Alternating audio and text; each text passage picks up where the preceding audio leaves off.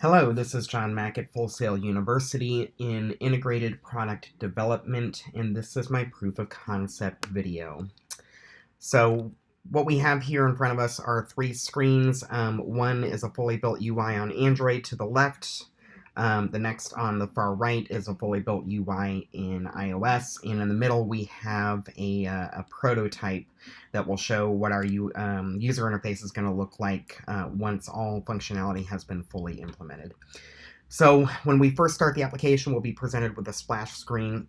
Once all functionality has been implemented, the application will attempt to automatically log the user in if they have an existing profile or account.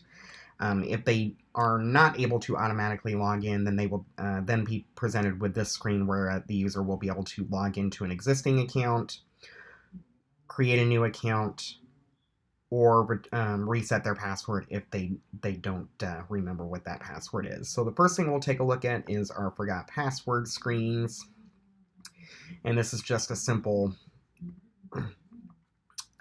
text entry so that the user can enter their email address.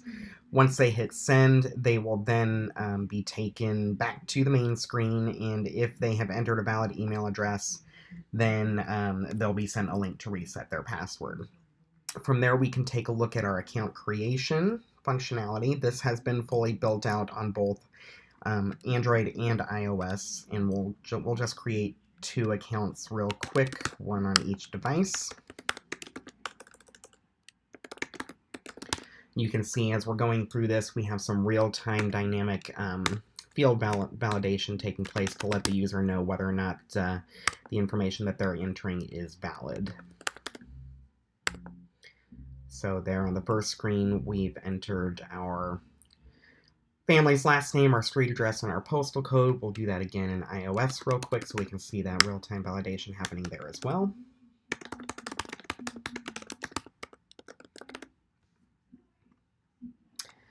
And on the next screen, we will enter the email address. This is for our master account. So fam.ly will actually house a single account that contains multiple profiles, and that will give parents more direct control over each family member's profiles throughout the use of the application.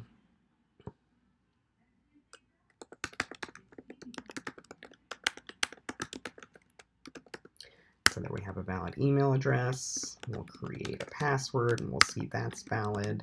We'll also get error messages if our passwords don't match.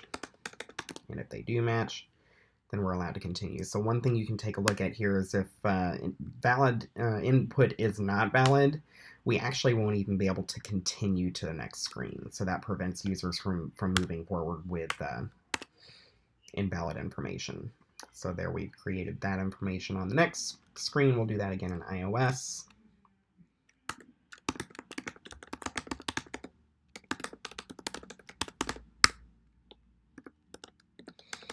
And we see that real-time validation happening here as well. And as soon as we have valid data, our continue button becomes active. So next we're going to have the option to add a family photo either from the gallery or from the camera.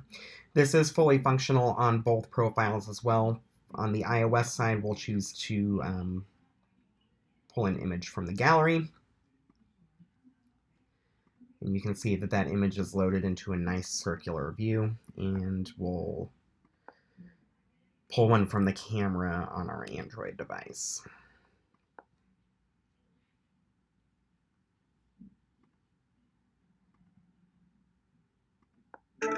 And again, you can see that image loaded into a nice circular view there for us to enjoy.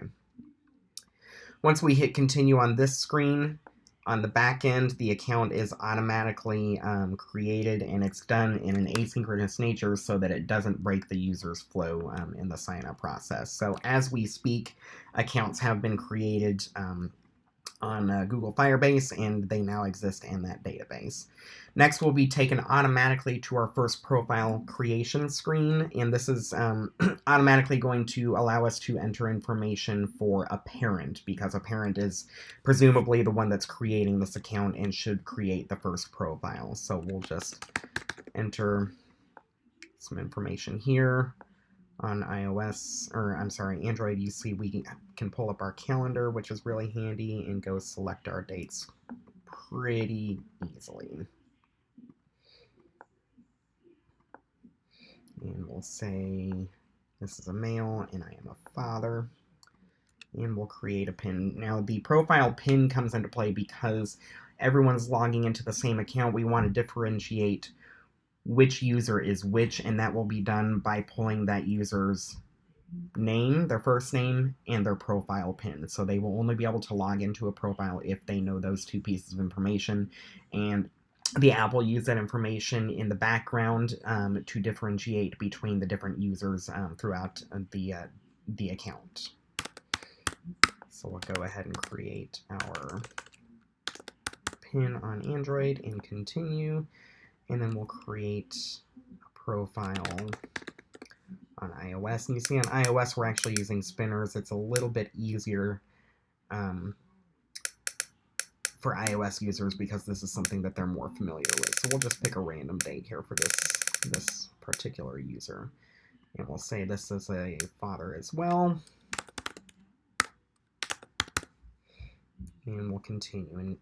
And at this point, we are now actually adding a profile picture. So before we were adding a family photo, that is a photo that is specific to the entire family account. This photo is now specific to an individual profile.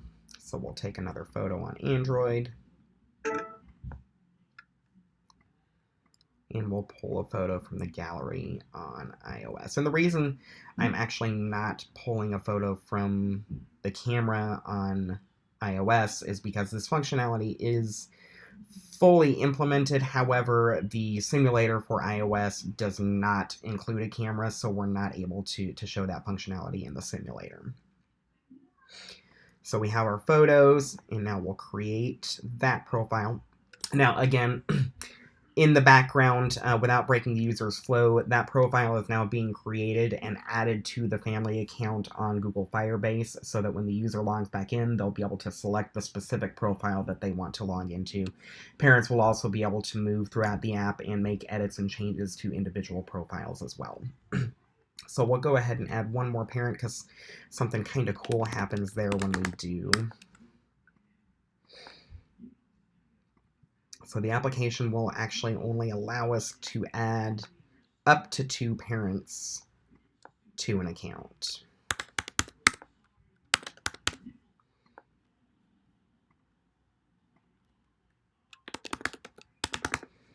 And again, we'll just pick some random dates here.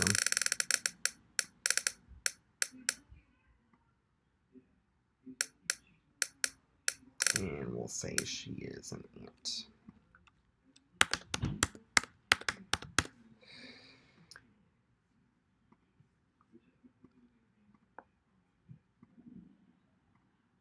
All right, now we're going to add a different profile photo for this specific profile.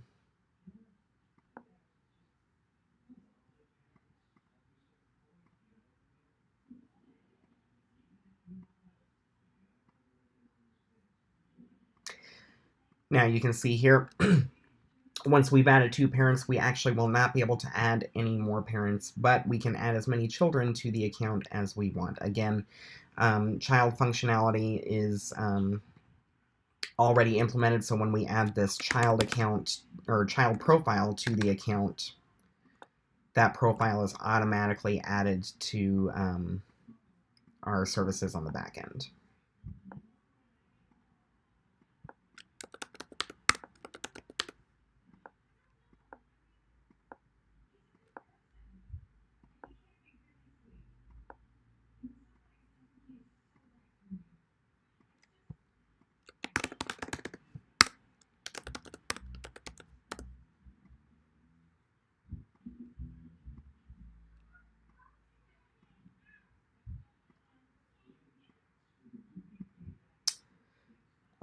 Alright, so we've added 2 parents and a child, and at this point we can go ahead and finish.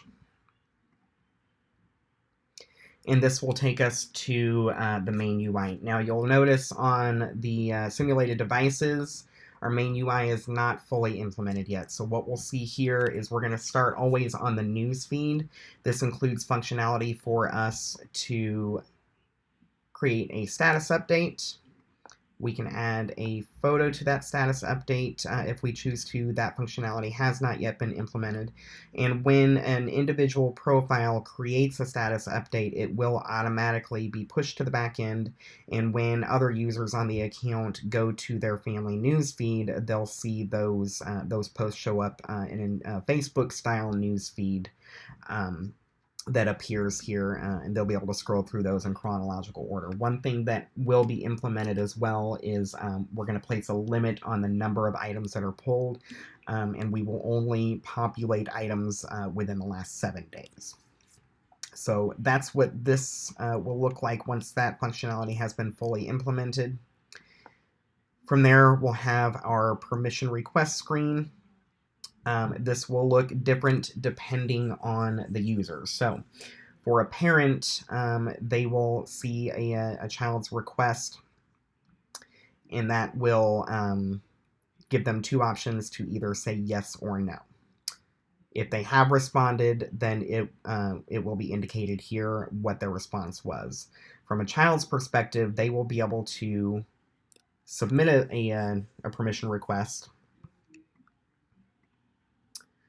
which once they type that request out and press request, that information will be sent to the parents on the back end. They'll receive push notifications to alert them that a child has requested permission to do something, and then they will be able to come into the UI that you see here to respond to that with a simple click of a yes or no button. Next, we have our check-in functionality. Again, this has not been fully implemented. We do see some dummy data here. This will provide us with the opportunity to, and any user on the account will be able to update their account with their current location by clicking on the check-in button. If they choose to add a description of what's going on around them, they can do that, and they'll also be able to add a photo.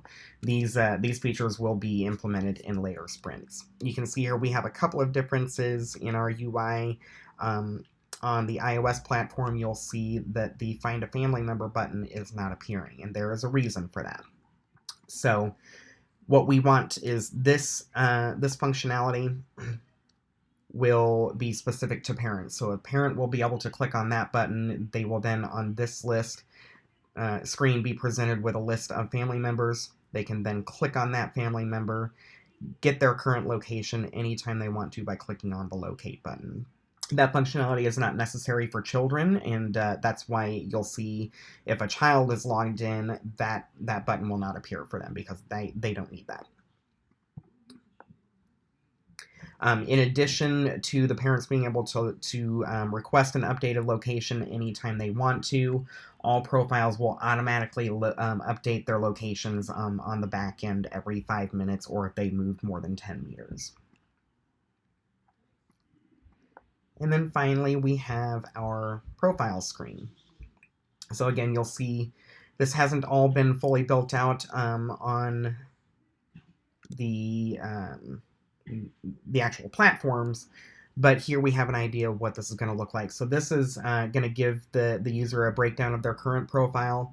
If they're a parent, they will have access to pull up the entire family, and then that parent can go into an individual profile, delete that profile, or edit that profile's information. They will also be able to make edits to current posts or delete those current posts if they choose to do so. A child will not have the functionality to access the entire family, and they will be able to only edit their own profile as well as edit their own posts. Children will also not have the ability to delete their own profiles or anyone else's profile. So that is our proof of concept for fam.ly in a nutshell. Once we get past our user authentication screens, again, we have our family newsfeed. where we'll be able to post status updates and see activity from other family members within the last 7 days. We then have our permission request screen, which will behave differently depending on the user. Parents do not need to request permission, they only need to respond to permission requests. However, children do not need to respond to permission requests, they simply need to be able to request permission. We have our check-in screens. Users will be able to update their location, add text and photos to that location if they choose to do so. Parents will be able to request locations from specific family members whenever they choose to. And then finally, once again, our profile screens. Parents will have the access to go into, make changes to any profile on the account, including their own, where children will only have access to edit their own profile and their own posts. That is it in a nutshell for this proof of concept. Thank you so much for your time.